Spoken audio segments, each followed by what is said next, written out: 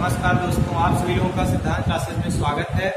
और आज हम लोग पढ़ेंगे भौतिक विज्ञान में विद्युत द्विध्रुव।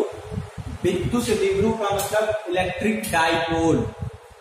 द्विध्रुव का मतलब ये होता है डाइपोल, ठीक है। और वैद्युत का मतलब इलेक्ट्रिक। तो सबसे पहले हम डिफिनीशन देख लेते हैं कि वैद्युत द्विध्रुव की डिफिनीशन क्या है। तो दो समान किंतु विपरीत प्रकृति के आवेश, जैसे मान लीजिए कि एक Q है तो दूसरा भी Q है। विपरीत प्रकृति का मतलब अगर एक माइनस है तो एक क्या है, प्लस है। बात समझिए, दो समान किंतु विपरीत प्रकृति के आवेश, ये भी Q ये भी Q, दोनों समान लेकिन ये ऋणात्मक आवेश ये धनात्मक आवेश, एक दूसरे से अल्प दूरी 2l पर रखे हों। क्या हो, अल्प दूरी 2l, मतलब इनके बीच की दूरी क्या हो, 2l हो। इनके बीच की दूरी क्या हो, 2l हो।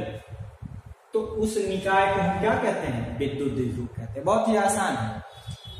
दो समान आवेश, ये Q तो वो भी Q, लेकिन विपरीत प्रकृति, एक धनात्मक तो एक ऋणात्मक, और एक दूसरे से 2l दूरी पर रखे हो। कुछ लोग कहते हैं कि ये दूरी 2l क्यों है, तो इसलिए ये l भी मान सकते थे, लेकिन 2l इसलिए माना गया कि अगर इसको बीच से हम बांटेंगे मध्य से, तो l इधर हो जाएगा, l इधर हो जाएगा, और हमको आगे जो हम वैद्युत द्विध्रुव के कारण तीव्रता पढ़ते हैं, वैद्युत क्षेत्र की तीव्रता पढ़ेंगे या अन्य चीजों को पढ़ेंगे, तो उसमें ये चीज थोड़ा इजी होता है कि हम इसको इधर l मान लेते, इधर l मान लेते, जिससे कैलकुलेशन आसानी से हो जाता है और कोई दिक्कत नहीं है।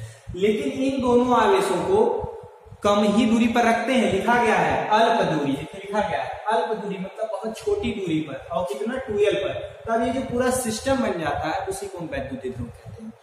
मतलब दो आवेश समान हो, Q और Q, एक ऋणात्मक तो एक धनात्मक, मतलब विपरीत प्रकृति हो गई, एक दूसरे से अल्प दूरी, वो अल्प दूरी क्या है, 2l पर रखे हो, तो उस निकाय को हम क्या कहते हैं, वैद्युत द्विध्रुव कहते हैं। तो ये आगे इसमें आपको पढ़ना होता है वैद्युत द्विध्रुव का आघूर्ण पढ़ना होता है कि वैद्युत द्विध्रुव का आघूर्ण क्या होता है, ठीक है।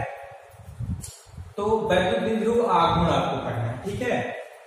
तो आप पहले तो ये बता दिए, जब दो समान किंतु विपरीत प्रकृति के आवेश एक दूसरे से 2l दूरी पर रखे हो, क्योंकि जो वैद्युत द्विध्रुव है तो उसका डिफिनीशन तो यहीं पे तो बनता है, उसका जो सिस्टम है कि दो समान किंतु विपरीत आवेश एक दूसरे से 2l दूरी पर है, तभी तो उसे विद्युत द्विध्रुव कहेंगे। इतना तो विद्युत द्विध्रुव हो गया। अब हमको उसका आघूर्ण बताना है। क्या बताना है आघूर्ण? तो आघूर्ण क्या होगा कि उनमें से किसी एक आवेश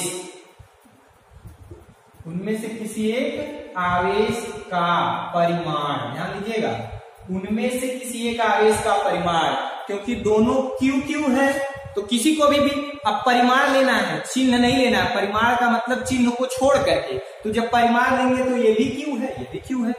जैसे दोनों आवेश तो Q ही है, जब परिमाण हम लेंगे तो परिमाण में हम चिन्ह नहीं लेंगे। तो यही कहा गया कि दोनों में से किसी एक आवेश का परिमाण और उनके बीच की दूरी क्या है, 2l के गुणनफल को हम क्या कहते हैं, विद्युत द्विध्रुव आघूर्ण कहते हैं। ध्यान दीजिएगा कि दोनों में से एक आवेश हमने ले लिया और परिमाण लेना है, चिन्ह नहीं लेना है, केवल परिमाण लेना है Q, और उनके बीच की दूरी क्या है, 2l। ऐसी दोनों के गुणनफल को वैद्युत द्विध्रुव का क्या कहते हैं, आघूर्ण।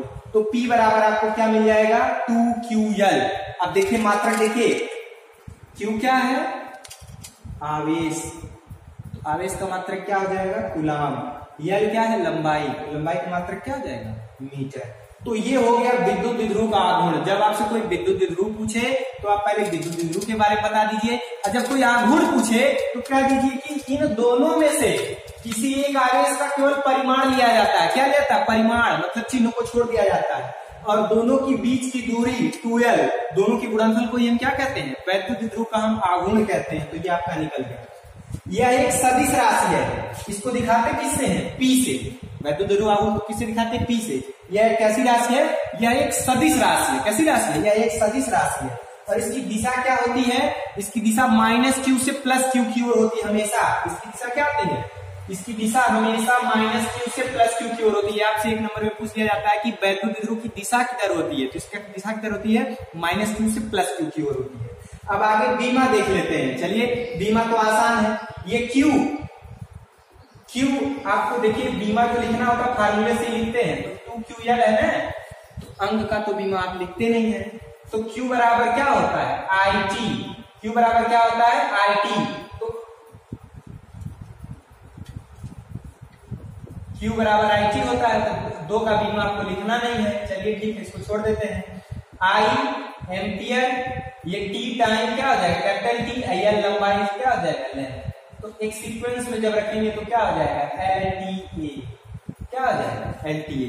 देखिए बीमा इसका यहाँ पे डायरेक्ट लिखा गया है, लेकिन बीमा लिखने के लिए अंकों का तो बीमा हम लिखते नहीं है, जो नियतांक उनका बीमा लिखते नहीं है।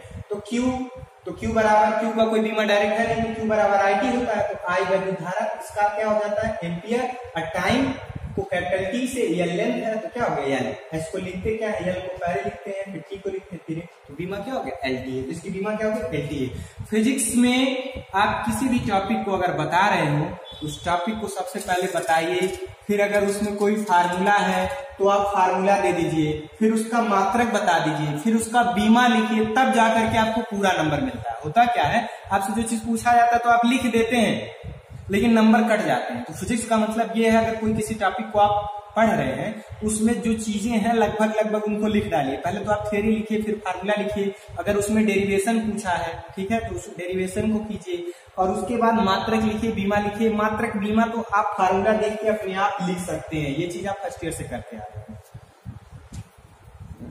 देखिए कुछ ऐसे आपके यौगिक भी हैं जो वैद्युत द्विध्रुव आघूर्ण देते हैं। क्या देते हैं? वैद्युत द्विध्रुव आघूर्ण या वैद्युत द्विध्रुव की तरह से व्यवहार करते हैं।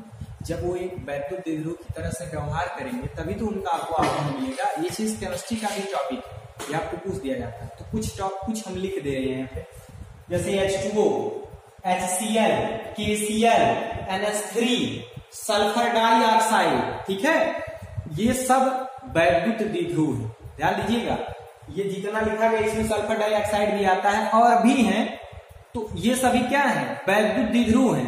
मतलब इनका सिस्टम एक तरफ धन आवेश एक तरफ क्या आ जाता है ऋण आवेश, और जितना एक तरफ टोटल धन आता है दूसरी तरफ उतना क्या आता है टोटल ऋण आता है। तो प्लस क्यू माइनस क्यू के जैसे बिहेव हो गया नहीं हो गया। जैसे मान लिया H2O है तो H plus OH minus, HCl है तो H प्लस Cl माइनस, तो एक तरफ जितना प्लस आ रहा है उतना दूसरी तरफ माइनस आ रहा है ना। तो वैद्युत द्विध्रुव की तो परिभाषा ही तो यही है कि दो समान किंतु विपरीत प्रकृति के।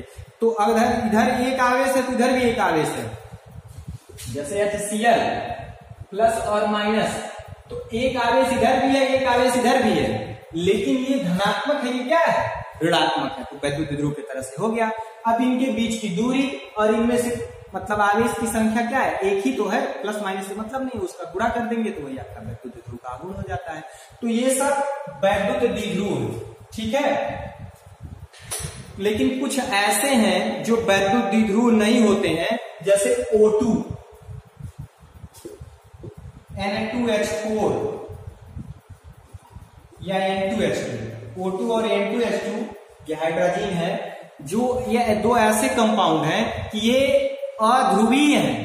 अध्रुवीय का मतलब ये प्लस माइनस में नहीं टूटेंगे, तो इनका वैद्युत द्विध्रुव आघूर्ण आपको नहीं मिलेगा, ठीक है, इनका वैद्युत द्विध्रुव आघूर्ण आपको नहीं मिलेगा।